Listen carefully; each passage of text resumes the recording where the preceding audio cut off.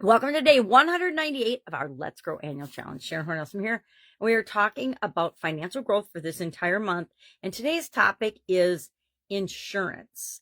My question for you today is, do you have adequate insurance to cover, just like an emergency fund, some of the things that we can never imagine but actually happen in our lives, in your life? Do you have adequate insurance?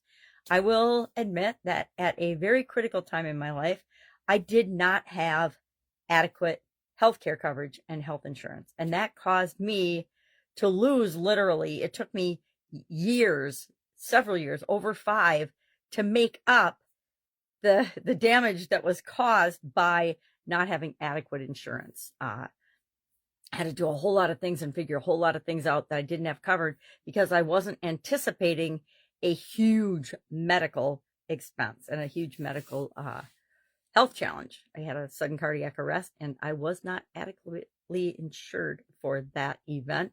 And it devastated me, several of my businesses, and took me literally years to dig myself out of. And so I knew better. And that was just a huge lesson learned, but I knew better. And I chose to take the risk anyway, thinking, nothing's going to ever happen to me, because when we're younger, we think nothing's ever going to happen to us. It's amazing how as we get older, we realize, anything can happen anytime. And chances are the things that are going to happen are things that we have not actually consciously thought about and been prepared for.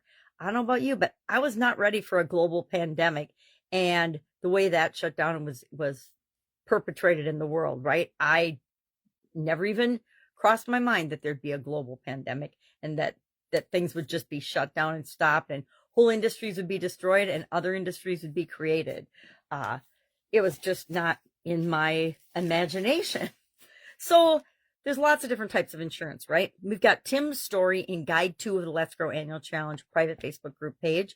You can go there and read his story and see how he learned about insurance and how he used and learned from having different and benefited from having different types of insurance during different phases and periods of his life. When we're young and pretty much when we're old, we need health insurance, especially catastrophic coverage and things. I'm not going to get into the details of health insurance. I'm not an expert. I just know when I did have it and it worked for me, and when I didn't have it and it worked against me. And again, like most humans, we think we're invincible and nothing's really going to happen to us bad. And then when it does, and we're not prepared with a backup plan, it can be devastating. I mean, it could have wiped me out for my entire life, but that wasn't an option for me. So there's health insurance.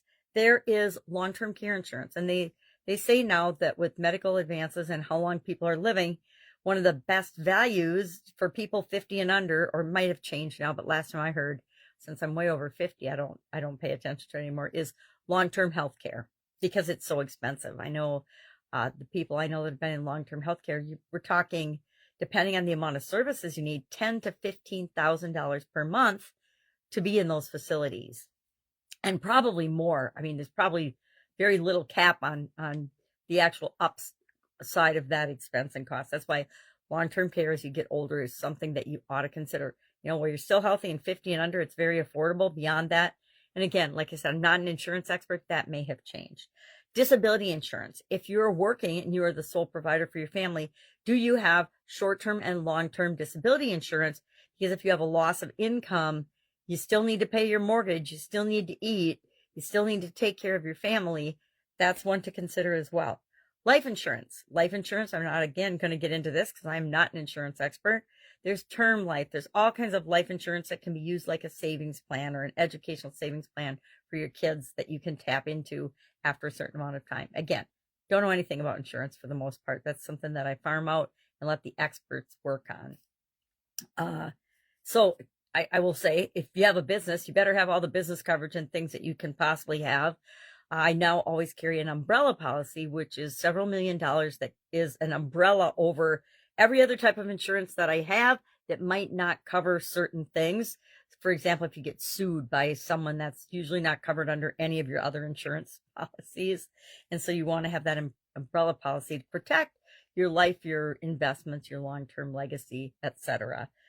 Savings insurance, the FDIC insures still, I think, $250,000 in any of your accounts. But beyond that, what are you doing? Do you have insurance of that? Do you have savings? Do you have an emergency plan? We talked about that yesterday. And then I just briefly mentioned the umbrella policy, and they're relatively inexpensive. They do cover you in the eventuality of anything bad happening that you couldn't anticipate. That's why I like them. So our action item today is to do a personal audit and a business audit, if you've got business, of your insurance coverages. I don't know about you, but I'm one of those people that does not read every page of the insurance. And we had a car accident. We had hit action in a car accident with one of my business's vehicles in the business vehicle. And sometimes there's things that are missed. We did have a loaner car in there, but the insurance agent tried to say we didn't have a loaner car. And it was a delivery vehicle that got crunched, and we needed a vehicle immediately to replace that particular delivery vehicle so we could continue our commitments to our customers. So sometimes your insurance agent doesn't even know what's going on with your insurance. That's why it's important that you or someone in your organization or you in your personal life actually look at that stuff and know what you got for coverage. All right, that's it. That's all I've got today. We're thinking about insurance because it's a great financial buffer that can help us protect our assets and our resources and our income streams in the event of the unexpected or the unforeseen happening in our lives. Any questions, hit me up. Otherwise, read Guide 2, watch a video again in Guide 1 if that's helpful, and let me know if I can help you in any way. Have an awesome day, and I'll, of course, be with you tomorrow.